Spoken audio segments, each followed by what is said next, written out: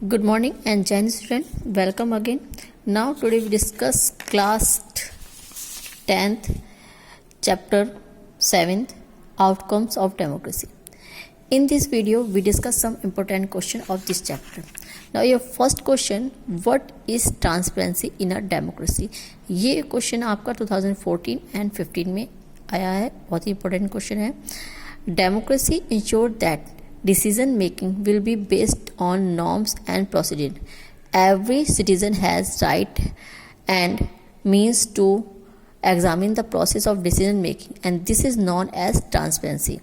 Transparency का means because democracy में democracy किस पे बेस्ड होती है कि डिसीजन मेकिंग, जो जनता के डिसीजन है उसके लिए उनके लिए डिसीजन लिए जा रहे हैं कि नहीं जा रहे हैं. तो जितने भी सिटीज़न हैं उनको ये राइट है कि जो भी डिसीजन लिए जा रहे हैं वो राइट वे में नहीं लिए जा रहे हैं कि लिए जा रहे हैं, उनके पूरे जो भी प्रोसेस है उसके बारे में पूरी इन्फॉर्मेशन ले सकती है.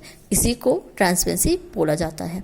Now next question, how do democratic government ensure transparency? Explain any 3 points. Democracy में ट्रांसपेरेंसी को कैसे डेमोक्रेसी गवर्नमेंट कैसे इंश्योर करती है, 3 पॉइंट्स इस पे हमें राइट करने हैं. ये भी क्वेश्चन सेम उसी से रिलेटेड है, 2011 में आया है. Democracy ensure that decision making will be based on norms and procedure.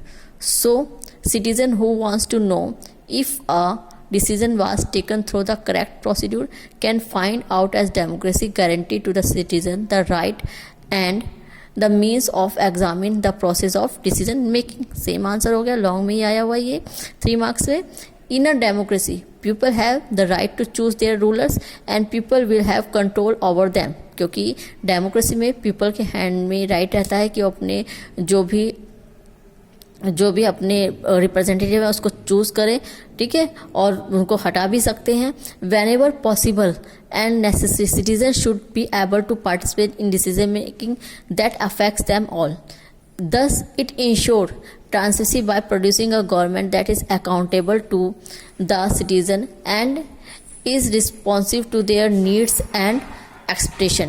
जो भी डिसीजन लिए जाते हैं, जो भी, बिकॉज वो गवर्नमेंट है वो सिटीज़न के लिए अकाउंटेबल है, यानी जो भी डिसीजन लिए जाएंगे वो पब्लिक के वेलफेयर में ले जाएंगे, पब्लिक की नीड को पूरा करनी चाहिए. And it is right to expect democracy to produce a government that follows procedures and is accountable to people. To do so, the democratic government develops mechanism for citizen, regular, free and fair election, open public debates on major policies and legislation, and citizen right to information about the government and its functioning. यानी जो भी government कोई भी decision ले रही है, कोई भी लॉ पास कर रही है, उसके लिए वो पब्लिक लिए अकाउंटेबल है. फ्री एंड फेयर इलेक्शन होने चाहिए, रेगुलर होने चाहिए, यानी 5 ईयर्स का जो भी टाइम पीरियड है, टेन्यूर है, उसके अकॉर्डिंग होने चाहिए. वो ये नहीं होने चाहिए कि कभी हो रहे हैं इलेक्शन कभी नहीं हो रहे हैं. और गवर्नमेंट जो भी लॉ बनाती है वो भी पब्लिक लिए अकाउंटेबल होती है, यानी जो भी वो रूल बना रही है वो उसको पब्लिक के बारे में ट्रांसपेरेंट रखने होंगे, उसको उनको बताना होगा. आप देखते हैं ना, कोई भी जो भी प्रेस कॉन्फ्रेंस रखी जाती है उसमें बताया जाता है कि कोई भी लॉ पास हो रहा है, कब हो रहा है, उससे लोगों को क्या बेनिफिट है. इसी को ट्रांसपेरेंसी बोला जाता है. नेक्स्ट क्वेश्चन है आपका, explain the role of democratic government in reducing economic disparities. Economic disparities यानी जो लोग अमीर गरीब इन बीच की जो ये लोगों के बीच का, इसको ख़त्म करने के लिए किस तरह से डेमोक्रेटिक गवर्नमेंट ने इसको रिड्यूस करा है. ये क्वेश्चन आपको 2011 में भी आया है, 2013 में भी आया है. It's very important question. It is seen that on an average dictatorial regimes have had slightly better record to economic growth.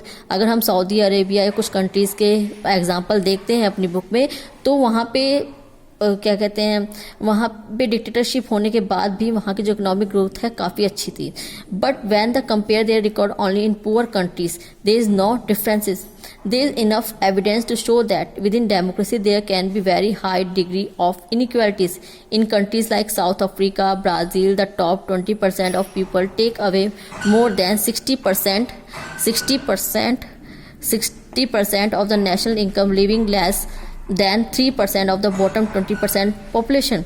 Perhaps more than development, it is reasonable to expect democracy to reduce economic disparities. Democracy are based on political equality, but despite equality is political arena, there are growing economic inequalities, and the poor constitute a large proportion of our voters, and no party would like to lose its votes, yet democratically elected government do not appear to be keen to tackle the problem of poverty. हम देखते हैं कि जब भी election होते हैं आए दिन जो भी पॉलिटिकल पार्टीज होती हैं वो नए नए अपने जो मैनिफेस्टो है उसमें नई नई पॉलिसीज निकालती हैं, बट वो रियलिटी में ऐसा नहीं करती हैं। वो गरीबी को नहीं हटाती है, पॉवर्टी को नहीं हटा रही है, रिड्यूस नहीं कर पा रही हैं। और इसके पीछे रीज़न भी है कि अगर वो ऐसा करती थी तो कहीं ना कहीं उनका जो एक बड़ा वोट बैंक है वो कहीं ना कहीं हार्म हो जाएगा, वो ख़त्म हो जाएगा। तो इस डर से वो इस प्रॉब्लम को सॉल्व करने में बहुत पीछे है। तो हम ये देख सकते हैं कि जो डिक्टेटरशिप है उसमें जो इस इनइक्वालिटी है इसको कम कर दिया गया है, इकोनॉमिक इनइक्वालिटी। बट डेमोक्रेसी में आज ये जो इनइक्वालिटी है, इकोनॉमिक इनइक्वालिटी, वो बहुत ज़्यादा है। जो रिच हैं वो और रिच होते जाते हैं और जो पुअर है वो और पुअर होते जाते हैं। Now thank you student. In next video we discuss other important question. Thank you. जय हिंद।